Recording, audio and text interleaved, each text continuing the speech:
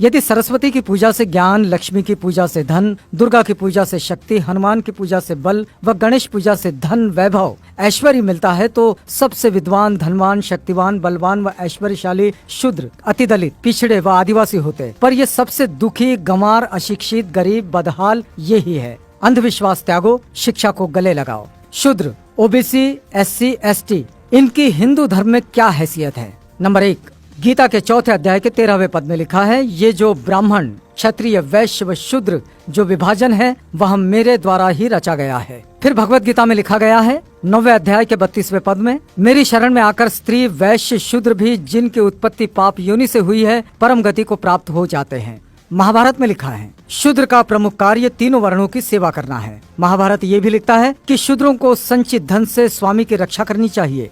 रामायण में लिखा है शूद्र तपस्या करे तो राज्य निर्धनता में डूब जाएगा।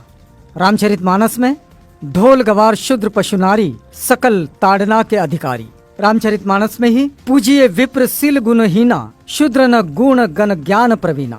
आपस्तम धर्म सूत्र में लिखा है वह शूद्र जो ब्राह्मण के चरणों का धोवन पीता है राजा उससे कर टैक्स ना ले। कथक संहिता में लिखा है कि जिस गाय का दूध अग्निहोत्र के काम आवे शूद्र उसे ना छुएं। इतरे ब्राह्मण सूत्र में लिखा है कि शूद्र केवल दूसरों का सेवक है, इसके अतिरिक्त उसका कोई अधिकार नहीं है। स्कंद पुराण में लिखा गया है कि यदि कोई ब्राह्मण शूद्र को शिक्षा दे तो उस ब्राह्मण को चंडाल की भांति त्याग देना चाहिए। गौतम धर्म सूत्र में लिखा है कि यदि कोई शूद्र वेद सुन ले तो पिघला हुआ शीशा लाख उसके कान में डाल देना चाहिए। यदि वो वेद का उच्चारण करे तो जीभ कटवा देना चाहिए। वेद स्मरण करे तो मरवा देना चाहिए। विष्णु स्मृति में लिखा है कि देव यज्ञ व श्राद्ध में शूद्र को बुलाने का दंड 100 पर्ण। आपस्तम धर्म सूत्र में कहा गया है कि ब्राह्मण कान तक उठाकर प्रणाम करे, क्षत्रिय वक्षस्थल तक, वैश्य कमर तक व शूद्र हाथ जोड़कर एवं झुककर प्रणाम करे। तैत्तरीय ब्राह्मण सूत्र में लिखा है कि ब्राह्मण की उत्पत्ति देवता से, शूद्रों की उत्पत्ति राक्षस से हुई है।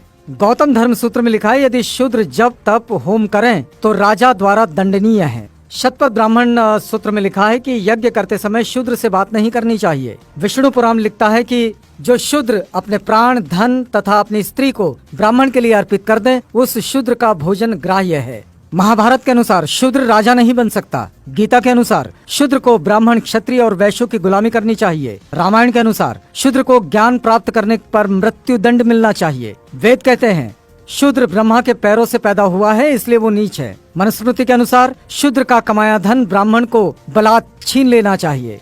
वेद कहते हैं शूद्र का स्थान ऊपर के तीनों वर्णों के चरणों में है।